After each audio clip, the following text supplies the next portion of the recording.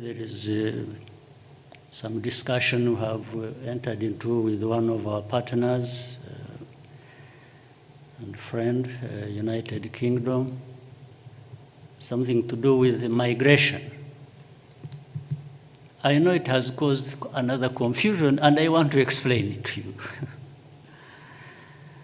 And again, I first had to say what I said, and I bring this because it should be seen in that context of who we are and who we want to be.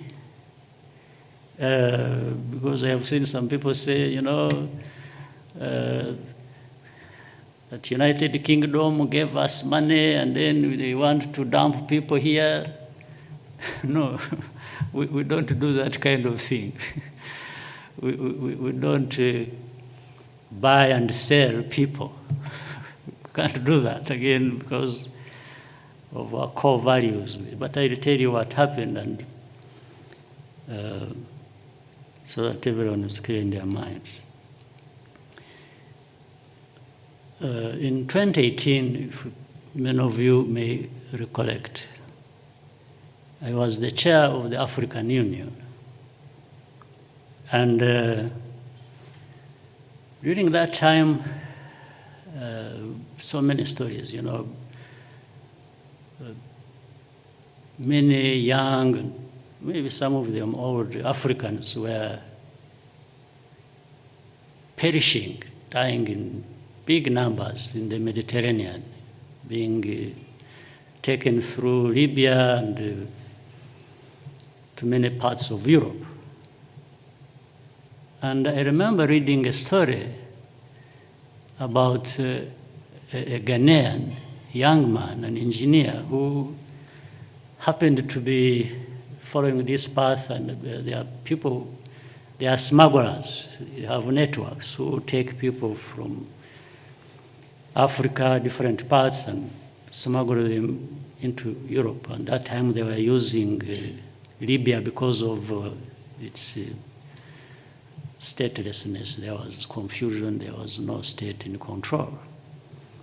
And in fact, hundreds, if not thousands of them were trapped in Libya in different places in the prisons, starving to death, others abused in all sorts of ways. Some people had started coming, picking some of them and taking them to their countries to use them as slaves.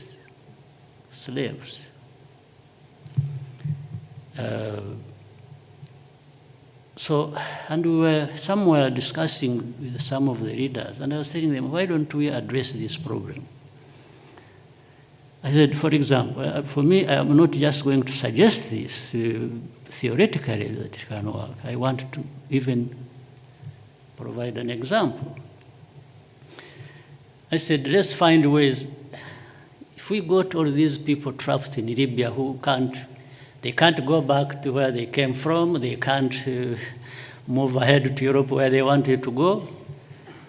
And I told them, I can assure you, with all our weaknesses and whatever we have in our country, these people, if they were brought to Rwanda, they would live a better life than they are living in Libya, in these prisons. And I said, so if we brought them, then other countries interested in helping in this program, we can do the following. One, we can ask these people whether they want to go back to where they came from, now that they found themselves mistaken and in a very terrible situation in Libya. They may end up wanting to go back home. Because I had read that story of the Ghanaian I was telling you, who was, for him he was an educated man, young man, but I think illusioned about. I think he was an engineer, the way I read it, but for some reason he wasn't employed.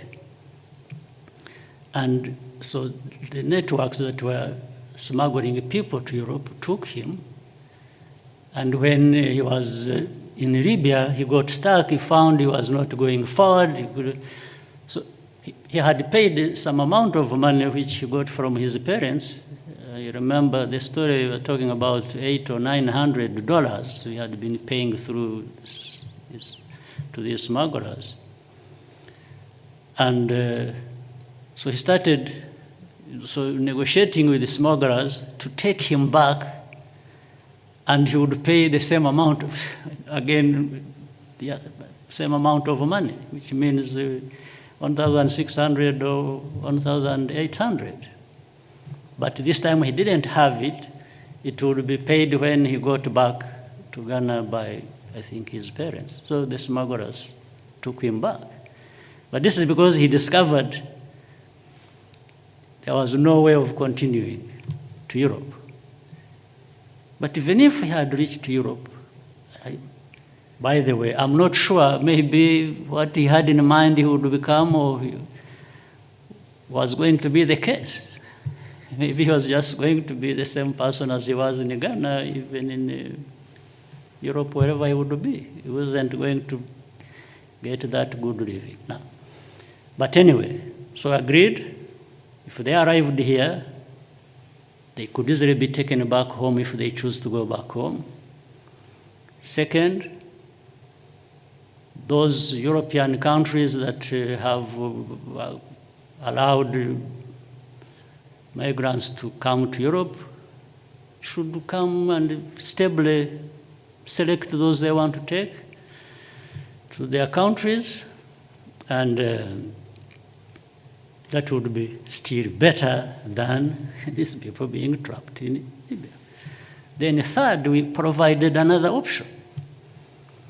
We said, for those who can't go back, or don't want to go back for some reason of their own, and may not be selected by the countries that want to absorb them, we are giving them another option. We can actually find ways in which they can stay here. There were these three options in 2018. So I think that's how now this new situation developed, with the UK and the others contacting us. It's like they learned from this case and said, can we have people processed here stably instead of being smuggled into our countries and doing this and that? And this time, they are not just going to be Africans. They may be, a number of them Africans. They are going to be other people from other countries. We allowed people from Afghanistan to come here. Even now, there are still students who were brought here. They are still staying with us. So I'm saying there are things that have really changed about us. And that's why I'm saying we don't have to learn values from anybody ourselves. We have values in us that we go by. So we can absorb Afghanistan, people from Afghanistan, from wherever, and if they are from Africa, we are even happier because they are like, we take them like family.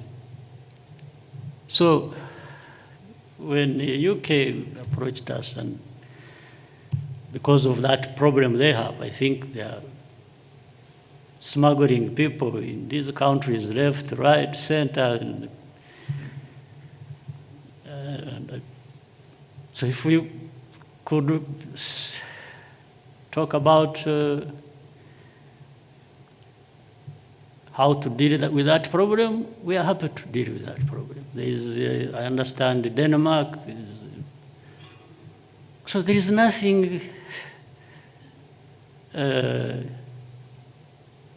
bad about this. There is nothing we can't be transparent about this. There is nothing. So this is what it is. So, and this is who we are too. So I wanted to clear this, please. We are not. No, This is why I was saying there are things you can't buy about us. Yes. We are who we are, and we are proud people too. We are not involved in buying and selling of people, Rwanda and the UK, or anybody. No, it's just a problem that people will have different views about it. They look at it differently. They're not happy about it. That's okay. People will have, but at the end of the day, you've got to do something.